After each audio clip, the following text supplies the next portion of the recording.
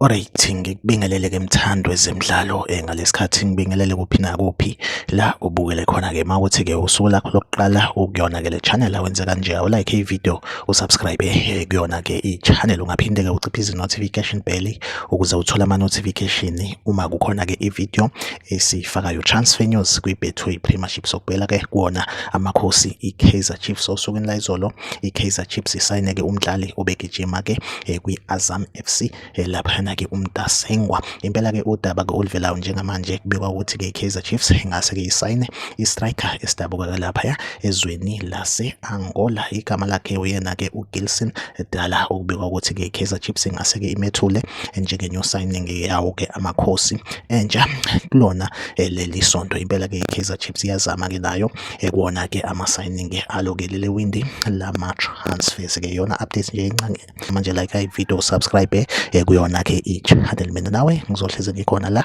ngulethela ke ama transfer news kwi-Betway Premiership okwamanje ke i-video yethu asibambe la nisale kahle.